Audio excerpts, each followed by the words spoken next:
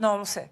Ah, on sait. Non, on sait. Il y a des gens qui ont travaillé là-dessus savent qu'il y a certainement des photos embarrassantes pour le président, qui est très attaché au sens de la famille, qui est un grand-père, qui adore dire à ses fans « Regardez ma famille merveilleuse, regardez ma fille, regardez mes petits-enfants ».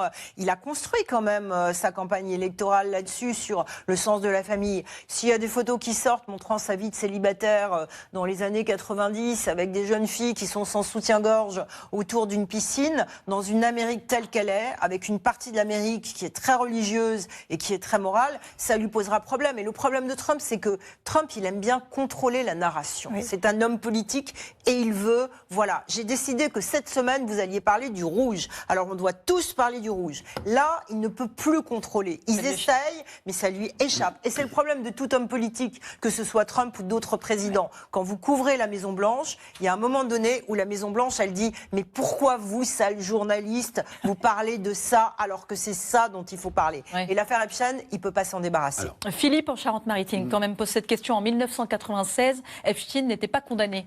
Tous les puissants qu'il côtoyait ne sont quand même pas impliqués ? Alors le problème, c'est que vous avez deux types de fréquentation. Vous avez ceux qui fréquentaient Epstein parce qu'il était riche, et ceux qui fréquentaient Epstein parce qu'il les emmenait sur son île des Caraïbes pour abuser de jeunes femmes, et de très jeunes femmes souvent.